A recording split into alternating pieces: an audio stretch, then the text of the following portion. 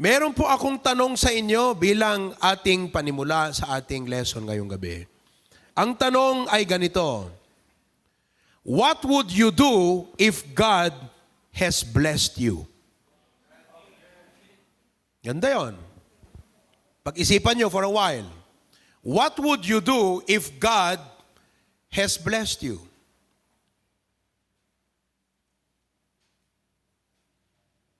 Anong gagawin mo pag ikaw ay pinagpala ng Panginoon? Sige nga, magbigay ka nga sa iyong katabi nang naisip mo, here's what I'm going to do if God has blessed me. Pag ako bless ng Panginoon, itong gagawin ko. Sige nga. Tell your seatmate. What would you do if God has blessed you? Go ahead, come on. Yung iba sa inyo parang hindi naniniwalang pagpalain eh. Naniniwala ba kayong pagpapalain? O ngayon pa lang isipin nyo na, anong gagawin mo pag pinagpala ka? Kasi, Pastor, hindi naman ako blessed. Kaya nga if, di ba, ibig sabihin, umayon ka kausat. O kaya ngayon pa lang, i-perceive na natin to, isipin na natin, kung ako ay pinagpala na, anong gagawin ko? Kasi alam nyo, maraming Kristiyano, hindi handa sa pagpapala eh. God is prepared, but are you prepared? Handa ang Diyos na magpala. Ang tanong, tayo ho ba'y handa? Kaya dapat nating tanungin ngayong gabi, ano ang aking gagawin pag ako'y pinagpala? Yan po ang ating pag-uusapan ngayong gabi. I would like to provide to you the 3 principles to live by when God blesses you. That's the title of the message. 3 principles to live by when God blesses you. I-share nyo yan, kayo mga nasa Facebook. That's a wonderful topic tonight. 3 prinsipyo na dapat nating alalahanin sa ating buhay pag tayo ay pinagpala ng Panginoong Diyos. Now, marami ho kasi ang forms o katangian ng pagpapala ng Diyos. Gusto kong ipauna na sabihin sa inyo na hindi mo kailangang antayin na ikaw ay pagpalain. Sapagkat ayon sa Efeso 1:3, tayo daw ay pinagpala na. Ephesians 1:3. Ang sabi dito, blessed be the God and Father of our Lord Jesus Christ, who hath blessed us with all spiritual blessings in heavenly places in Christ. For whatever that means, it is already certain and definite na tayo ay may inaasahan o ini-expect na pagpapalang makalangit. We have a place in heaven. And that place is a mansion. We have a position in heaven. Kasama tayo nakaupo ng Panginoon. Sabi nga ng Bible, seated with Christ. So, kahit wala ka pang pagpapala, blessed ka na kung ikaw ay ligtas. So, are you saved tonight? Okay. Gusto kong i-establish yan. Sapagkat ang totoo at mataginayon nga blessing dagiti believers ket masarakan sa jay langit. Heavenly places. However, not only that Christians are blessed in heaven, but they are also promised with blessings while on earth. Ang tawag po dyan, grace. Sabihin nyo nga lahat, grace. Ayon. Ang sabi ng 2 Corinthians, chapter 8, verse 9, ang sabi dito, for ye know the grace of our Lord Jesus Christ, that though he was rich, yet for your sakes, he became poor, that ye through his poverty might be rich. Ibig pong sabihin, binuksan ng Diyos ang bangko ng langit. Na ang lahat ay pwedeng magkaroon ng account na ang pangalan ay grace. Grace account. Mawi-withdraw mo lamang yon pag ikaw ay nanalangin. Kaya sinabi ng Bible, ask and eat. Ano yung eat? Kain tayo, eat. Ano yung eat? Ask and eat shall be given you. Anong ipagkakalob ng Diyos sa'yo? Biyaya. In whatever be the manifestation of that grace in your life, it's grace. Yan man ay biyaya na pag-supply sa pangangailangan mo, physical, financial. Yan man ay biyayang pangkalusugan. Yan man ay biyayang kalakasan sa mga pagsubok. For whatever be the manifestation, that is grace. Kaya ang bawat isa sa atin, mga kapatid, ay meron na pong account sa langit.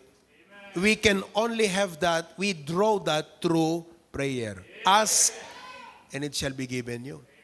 Pangalawa, ang biyayang yan can only be withdrawn not only through prayer, but by being obedient to God. So pag ikaw ay obedient, sumusunod sa kanyang salita, may kaakibat na biyaya po dyan. And we have a lot of verses, and we will not go over it anymore. Ngayon po, let's talk about this grace of blessing that we can receive. Ngayon, when we are blessed by God, there are three principles that you need to keep in mind and to live by. Di natin tatapusin to sapagkat ang masarap na pagkain, hindi mo dapat inuubos ng minsanan eh. Kailangan i-ref mo yan para bukas uli. Parang nung ako po'y bata, paborito ko ng Pringles. Yung regalong Pringles na ganyan kalaki, 1 linggo yun. Sapagkat ayokong mawala yung lasa ng Pringles, mga kapatid. Inuunti-unti ko yan. So ganun din ho ang gagawin natin, ha? I might finish the first 2 points. I will reserve the last point for next. Okay? Now, what are the principles? Here it is. Number 1. Ito ang first principle. Remember that God is the source and I must be grateful. That is principle number 1. When you are blessed, remember, whenever you receive a blessing from God, remember, God is the source and I must be grateful. Simpleng-simple, ano po? Pero nakakalimutan nating gawin. James chapter 1. Tignan niyo po. James chapter 1, verse number 17. Okay? James 1:17. Ang sabi, every good gift and every perfect gift is from? Saan daw ho galing? Ano yung galing sa above? Gift. Anong klaseng gift? Good. Ano pa? Ang ganda nun, ha? Hindi na nating kailangan pang laliman dyan. Simple yan eh. Good. Perfect. Saan daw ho galing? Anong nangyayari? And bumababa. Kaya ang blessing hindi galing sa ilalim, galing sa itaas. Ang blessing hindi galing sa akin, galing sa Kanya. Alalahanin mo, hindi sa'yo galing ang blessing, sa Kanya. Kaya huwag ka sa sarili mo magpasalamat sa Kanya. You're not the source of blessing, you know. Hindi rin sa tao galing. Kahit man tao ang nagbigay, hindi pa rin sa Kanya galing. Saan daw galing? From above. Come down. Gumagamit ng Diyos ng mga instrumento, pero ang biyaya galing sa itaas. Bakit galing sa itaas? Sapagkat po ang blessing, sa itaas nang gagaling ang utos. Ang mandato upang pagpalain ka, sa Kanya galing. Ang sabi ng isang bersikulo sa Biblia, for there the Lord commandeth the blessing. Di maigi. There, may lugar. The Lord, sa itaas, commandeth, kaya ang utos galing sa itaas. The chain of command is this. God commands, the blesser as an instrument para dumating sa atin. Kaya kung sino man po ang naging instrument, ang lapat mong pinakaunang tatandaan, galing sa Panginoon. Well, James 1:17, every good and every perfect gift is from above and cometh down from the Father of lights, with whom is no variableness. Hindi ho nagbabago ang ating Panginoon. Mga kapatid, ano kaya kung nagbago na ang Diyos? Parang pumunta ka, ay, wala na po siya dito. Saan na po siya? Ay, hindi ko na alam.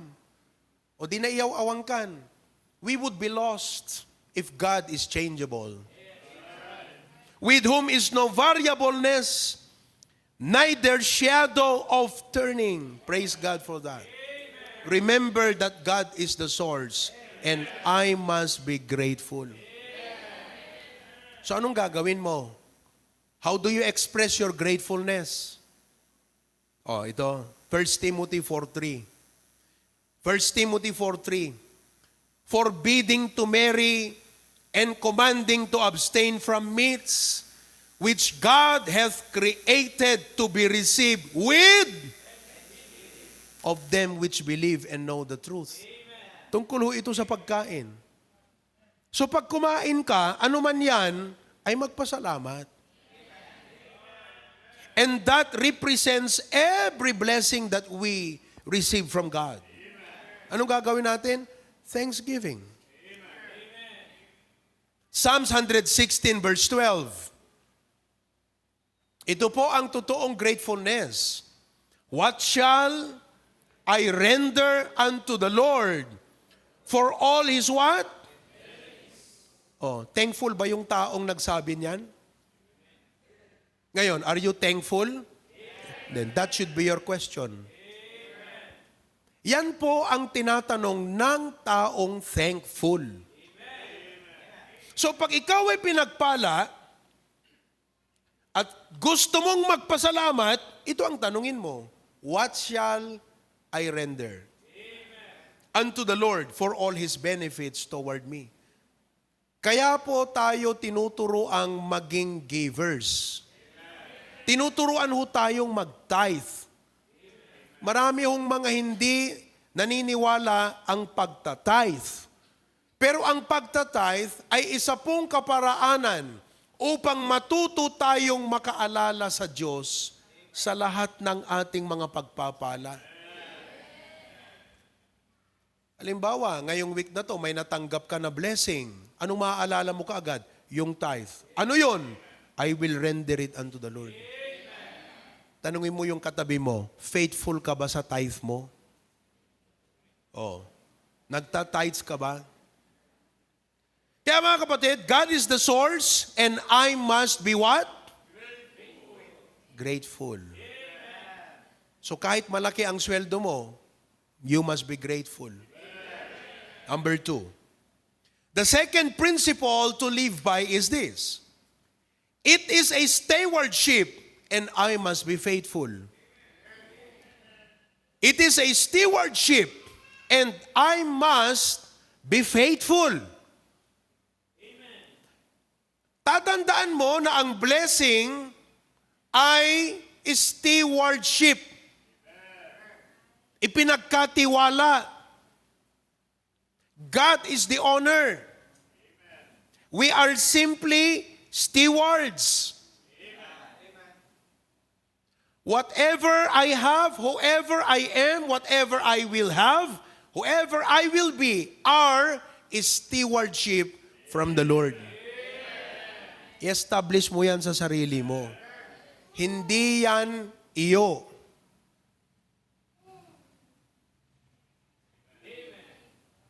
May nagmamay-ari dyan.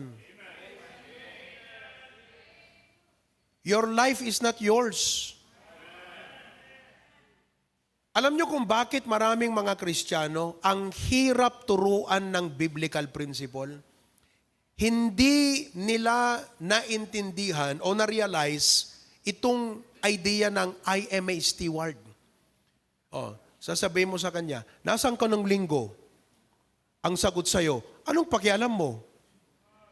Aba, pastor ako, nangangaral ng Biblia, pakikialaman ko. Bakit? Ang oras mo ng linggo, Panginoon ang may-ari dyan. Kaya dapat kung tanungin ka, nasaan ka nung linggo? Bakit? Sa'yo ba yung linggo? Sa Kanya yan eh. Kung sa Kanya, ano ang dapat mong ginawa? Faithful ka dapat. By being faithful, what does that mean? You obeyed His word. Ngayon, nauunawaan mo, steward ka? Nireview ko halimbawa yung tithe and offering. Kapatid, bakit blanco tong February mo? Bakit wala kang binigay ng March? Bakit wala kang April? Sagot mo sa akin, anong pakialam mo, pastor? Sa Panginoon naman galing, hindi naman sa'yo eh. Oo nga, hindi sa akin galing. Pero lingkod ako ng Diyos.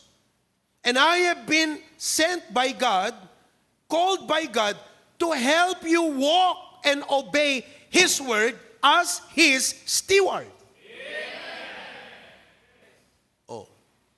Ang problema, kung hindi mo kasi tanggap na steward ka, dapat tanggap mo na steward ka. At hindi kita dapat pilitin na tanggapin na steward ka. Ikaw mismo ang dapat makarealize niyan. Tignan natin ang sinabi ng Bible sa 1 Corinthians 6. Anong sabi ng 1 Corinthians 6:19? What? Grabe, no? Nakakita ka ng usapan na ang sabi kagan, what? Anong ibig sabihin ng what? Ano? Ano yung ano? Hindi nyo ba alam? Know ye not that your body is the temple of the Holy Ghost, which is in you, which ye have of God, and ye are not your own? Mga kapatid, kahit i-preach ko yan, nasa sayo na unawain yan.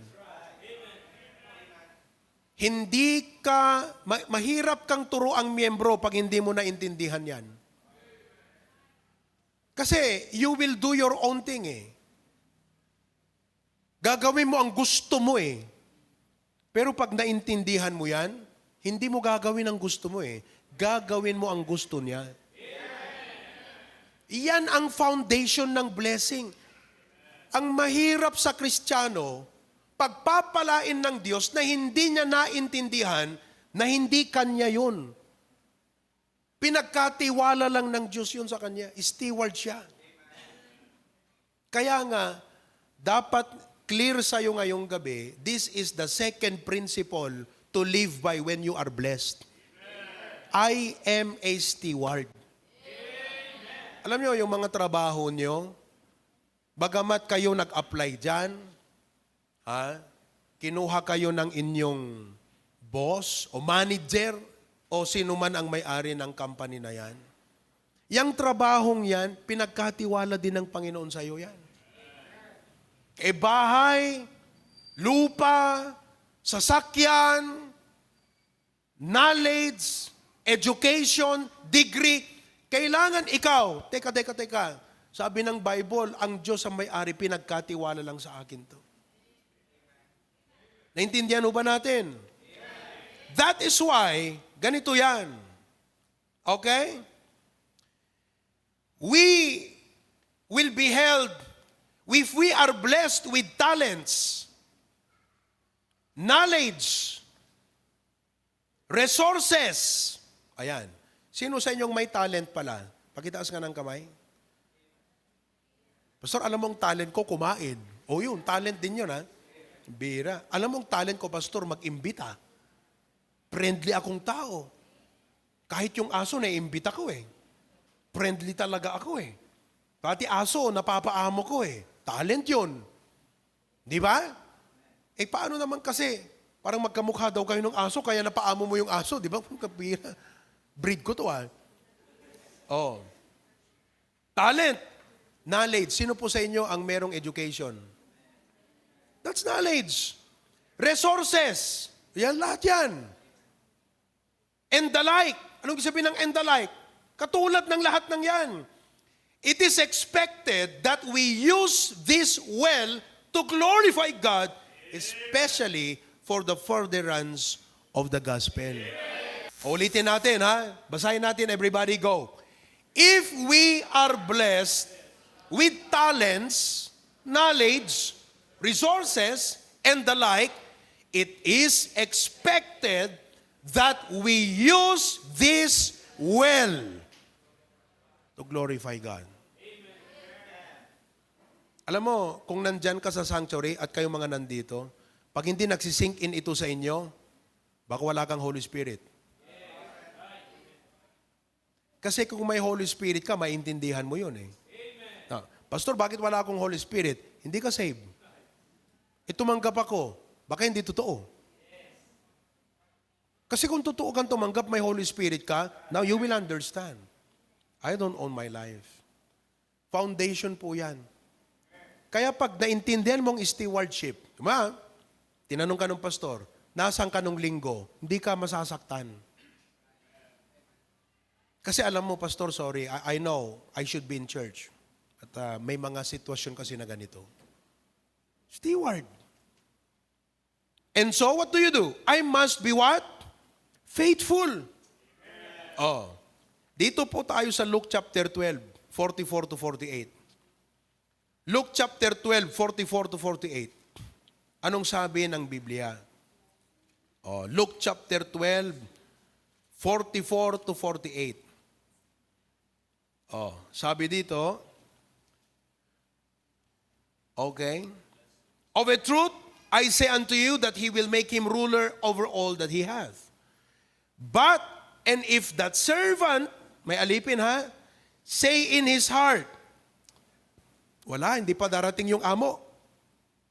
And shall begin to beat, imbes po na tulungan niya pakainin yung mga kasama niya, pinalo niya. And shall begin to beat the manservant and maiden, and to eat and drink and to be drunken. When the cat is away, yun ang ginawa ng servant to. Mayroong ipinagkatiwala pero hindi siya matapat. Matapat lang siya pag nandyan ang master. Pag nandyan si foreman, pag nandyan si engineer, pag nandyan si pastor, nagagat. Hindi faithful ang ganyan. Alam nyo, kahit wala ako dyan sa mga sanctuaries natin, dapat faithful kayo dyan. Hindi, wala naman si pastor dito, wag na tayong pumunta ron. Mga kapatid, kahit wala si pastor dyan, dapat faithful kayong pumunta dyan sa ating mga sanctuary. Kailangan nyong makirelate sa mga kapatiran. Kailangan nyong makipag-shake hands. Wala akong virtual shake hands. Ang shake hands po talagang physical yan. Kaya sabi rito, wala yung master natin. Maglaro tayo. Mag-inuman tayo. 46. The Lord of that servant will come in a day when he looketh not for him, and at an hour when he is not aware, and will cut him in sunder, and will appoint his portion with unbelievers. And that servant which knew his Lord's will, and prepared not himself, neither did according to his will, shall be beaten with many stripes. But he that knew not, and did commit things worthy of his stripe, shall be beaten with few stripes. Look, for unto whomsoever much is given, of him shall be much required. And to whom men have committed much, of him they will ask the more. Tandaan niyo po, dito galing yung salitang, to whom much is given, much is required. Ano man yan binigay ng Panginoon sa iyo, much is required. Ibig sabihin, pag ang Diyos pinagkalooban ka ng pagpapala, may ine-expect siyang gagawin mo sa pagpapala. That is why, ano yon? It is a stewardship, and therefore I must be what? Are you faithful? Ask yourself tonight, am I faithful? Alam nyo, ang pagiging pastor, privilege. Tanong, am I faithful? Ang pagiging member ng HBBC, blessing. Do you consider being a member of HBBC a blessing? Are you faithful? To whom much is given, much is required. Therefore, pag ikaw ay binless, nag-i-amen si Kiyon. Si Kiyon ba yung nag-i-amen? Praise the Lord. Oh. Pag ikaw ay blessed ng Panginoon, ito po ang iwan ko sa inyo. Don't allow your blessing to become a hindrance in serving God. Don't allow your blessing to become a hindrance in serving God. Hindi ho maganda sa harapan ng Diyos, kasuklam-suklam sa harapan ng Panginoon, na nung ikaw ay pinagpala, hindi kanya na makita. Although God is everywhere, I'm referring of being visible in serving God. Kung kailan pinagpala, hindi na makita, oh. So anong nangyari? Faithful? No. That's why I must be faithful. As a steward, always remember that you will give an account. Yung pong pinigay ng Panginoon na blessing sa atin, pananagutan po natin yan.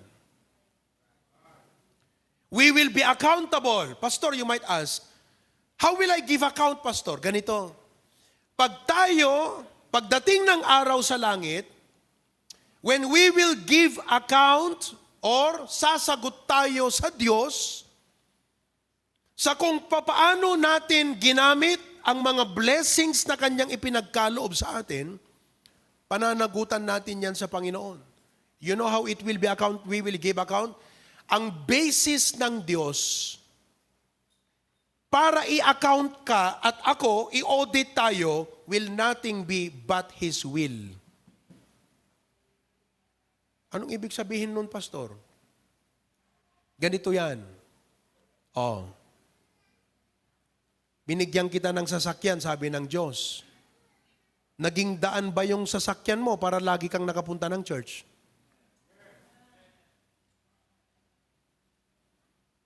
Hello?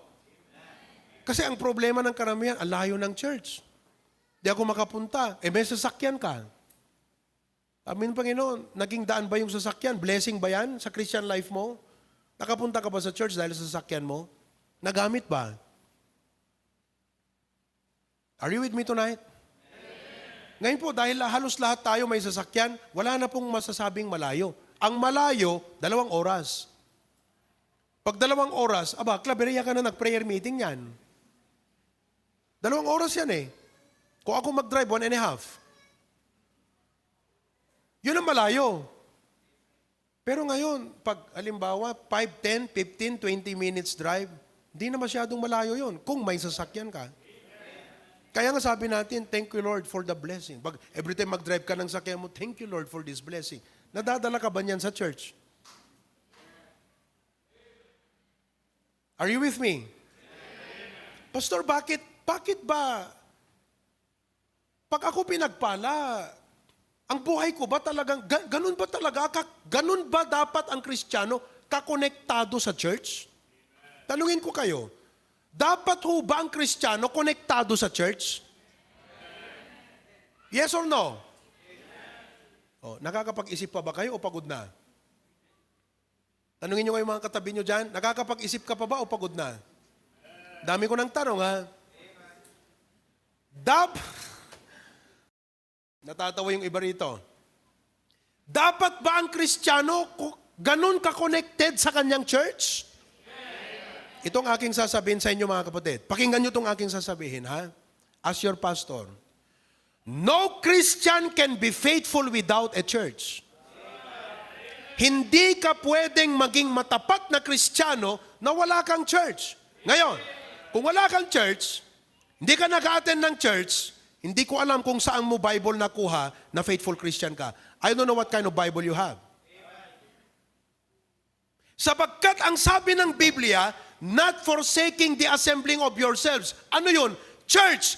Kung matapat kang Kristiyano, nag-a-attend ka ng assembly. Kung hindi ka nag-a-attend ng assembly at hindi ka naniniwala, ang paniwala mo, kahit naman wala akong church okay lang ako Kung yun ang paniwala mo, paano ka naging faithful Christian? Kasi ang faithful Christian, hindi niya pinababayaan ang pagtitipon ng church niya kung saan siya inilagay ng Panginoon.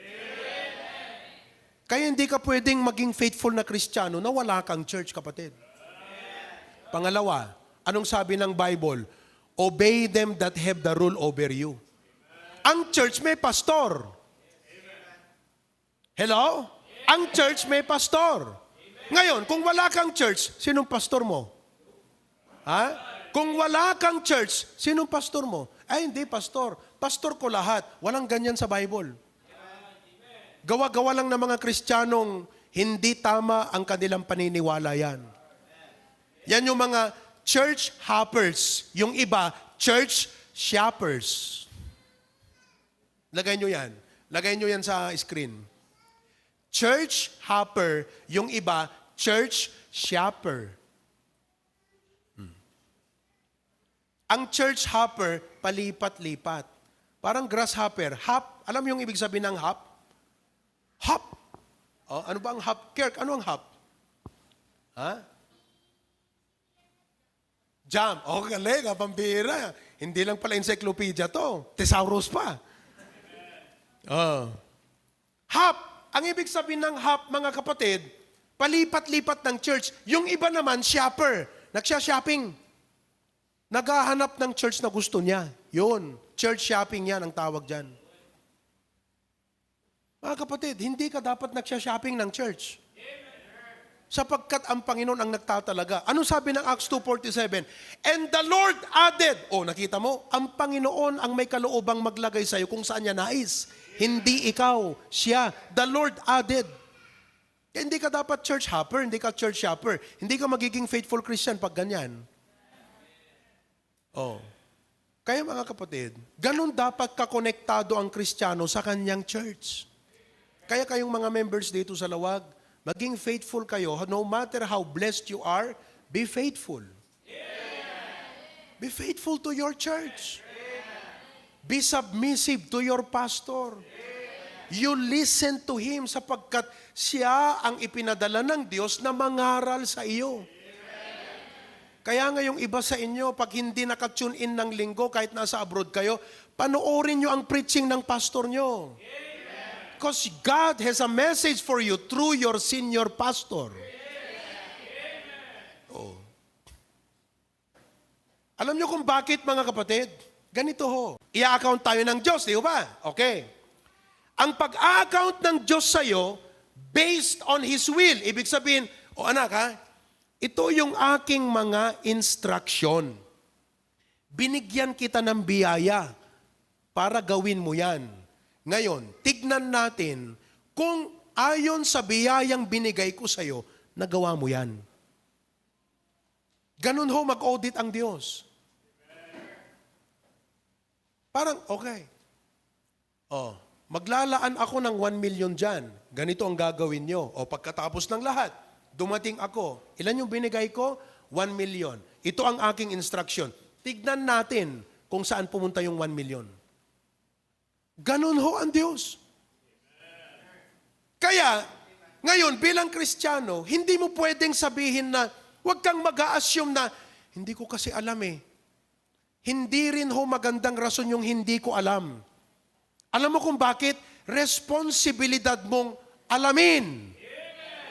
If you are a Christian, it's your responsibility to know the will of God. Kaya huwag kang magrason, hindi ko kasi alam.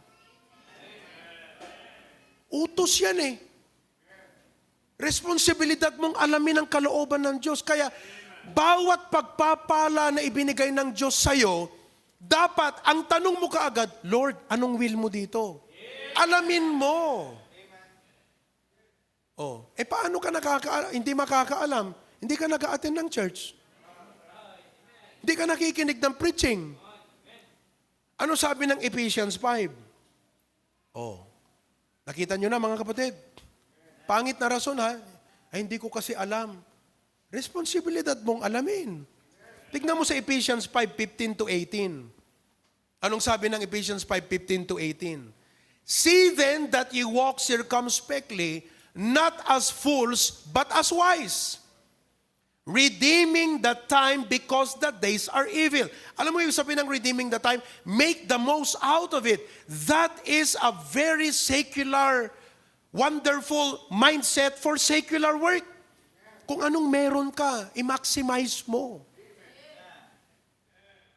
Ngayon, paano mo i-maximize yung meron ka? Kung may 5 years ka na lang mabubuhay sa mundong ito, anong gagawin mo? Yun ang alamin mo. Hindi yung gusto mo lang ginagawa mo. Tapos maya-maya, pag pinagsabihin, ay hindi ko kasi alam. Dalawang kasalanan mo. Mali yung ginawa mo at hindi mo inalam. Dalawang kasalanan mo ron. Are you following? Kaya pag nag-a-attend, kayo namang mga palaging nag-a-attend ng church, makinig ng taimtim. Pati kayo mga nasa AV. Hindi porke nasa AV kayo, busy kayo dyan, hindi kayo nakikinig. Maya-maya kayo ang maging problema. Are you following? Redeeming the time because the days are evil. 17, wherefore be ye not unwise. Huwag kang maging mangmang. Para hindi ka maging mangmang, anong gagawin mo? Understanding what? Command yan. Hindi option. Kaya kung Kristiyano ka, dapat alamin mo ang kalooban ng Diyos sa buhay mo. Lalong-lalo na pag ikaw ay pinagpala para ikaw ay maging matapat. Tanong, do you know the will of God for your life? Mag-aasawa ka. Ang pag-aasawa, blessing. Dapat will ng Panginoon. Magtatrabaho ka. Ang trabaho, blessing. Dapat will ng Panginoon. Magpapatayo ka ng bahay. Ang bahay, blessing. Dapat ayon sa will ng Panginoon. Kaya, mga kapatid, anong gagawin mo? You need a good and godly counsel.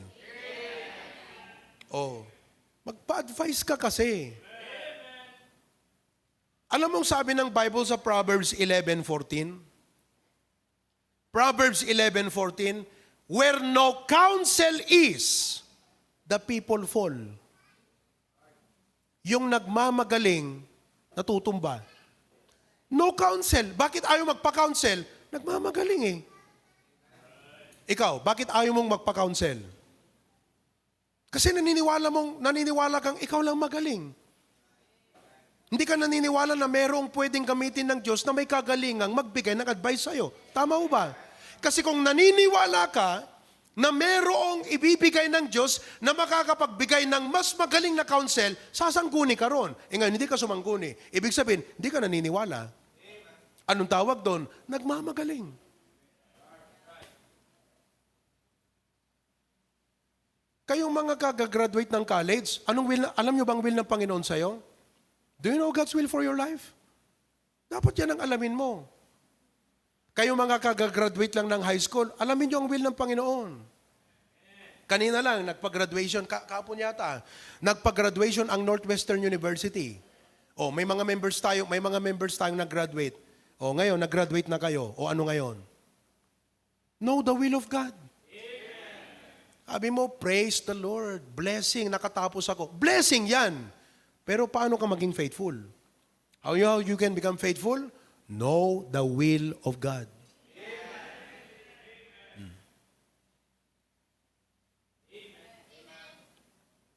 Pastor, all-knowing ka ba? Hindi ho. Kasi kung all-knowing ako, Diyos na ako. Bakit, Pastor? Pag mga plano kami, ilalapit namin sa'yo. Hindi ka naman all-knowing. Hindi ako all-knowing. Pero prayer warrior ako. Pag lumapit ka, Pastor, gusto kong isangguni ito ang planong ito. Oh. Anong masasabi po ninyo? Kapatid, ang aking masasabi dyan ay ito. I'll pray for you. Wala kang advice, Pastor? Wala, hindi ko alam eh. But I'll pray for you. Ngayon, hindi ka naniniwala sa prayer ko? You never know. If I prayed for you, God will answer. Ibang klase. Oh. Amen ho ba? That's why if you want to be faithful with your blessing, you have to know the will of God. Tama na muna yon. Next time na uli. Tuloy natin next time. So anong natutunan natin ngayong gabi? Number 1, God is the source and I must be grateful. Number 2, it is a stewardship and I must, siguro palitan ko next time, hindi it is a stewardship, dapat I am a steward. So yung number 1, God is the source and I must be grateful. Number 2, I am a steward and I must be faithful. Yun. Mas precise yun. Palitan nyo po yung point, ha? You change the point. I am a steward and I must be faithful. How do you become faithful? You know the will of God. Alamin mo ang kalooban ng Diyos at yun ang gawin mo. Tayong mga magulang, may mga anak tayo. Blessing ba ang mga anak? Blessing yan. Faithful ba tayong magulang? Paano tayo magiging faithful na magulang? Pag ginawa natin ang kalooban ng Panginoon. At alam niyo po, listen to me, pag sinunod natin ang kalooban at plano ng Diyos, mas lalo pang pag-iigihin ng Diyos ang kanyang pagpapala sa atin. At ang lahat ng gagawin natin, hindi siya mapupunta lamang sa wala. It will never go in vain. Because what we have done is according to the will of God. Kaya nga umuwi kayo ngayong gabi at sabihin niyo, Panginoon, salamat. Yung napakatinding mensahe ni Pastor has transformed me. Anong sabi ron? Be renewed by the Spirit of your mind that ye may prove what is that good and acceptable and perfect will of God. Are you transformed tonight? Oh. Know God's will. Kahit yan lang ang may uwi mo. Sabi mo sa katabi mo, know God's will. Praise the Lord. Amen? Manalangin tayo. Heavenly Father, thank you so much for the message tonight. Thank you for giving your servant this message, dear Lord. I personally need this. I personally need this, Lord. And thank you for making us realize that you are the source of our good and perfect gift, and thereby we must be grateful. And that we are stewards, and that we must be faithful. Panginoon, tulungan mo ang bawat isa sa amin na maging matapat. Na alamin namin ang iyong kalooban at dun namin i-align ang aming sarili at yun ang aming gagawin sang-ayon doon sa mga biyaya na ipinagkaloob mo sa aming lahat. Patawad, Panginoong Diyos, sa aming mga pagkukulang, sa mga panahon na naging makasarili kami, naging self-centered, selfish at self-willed. Wala kaming sinunod kundi sarili namin. Na naging mayabang kami sa iyong harapan. Na parang nagmamagaling kami sa iyong harapan. Hindi man namin ipinapakita sa iyo, Lord, pero the way we act and the way we live shows we are not consulting you, O God. That is why every one of us tonight should be humble before you, should humble ourselves before you, Lord, and say, God, what is your will for me? Bawat tatay ay dapat tanungin niya sa iyo yan, Panginoon, Ama, anong kalooban mo sa akin bilang tatay? Anong kalooban mo sa akin bilang asawa? Anong kalooban mo sa akin bilang nanay? Anong kalooban mo sa akin bilang anak? Kalooban mo bilang isang trabahante sa company na ito, as an office worker, as teacher, as a student. Anong kalooban mo sa blessing na ipinagkatiwala mo, O Diyos? I pray that we will all be driven by your will. God's will driven dapat kami, Panginoon, hindi sarili naming will. Thank you. We give you only glory, honor, and praise. In Jesus' name we pray. Everyone says,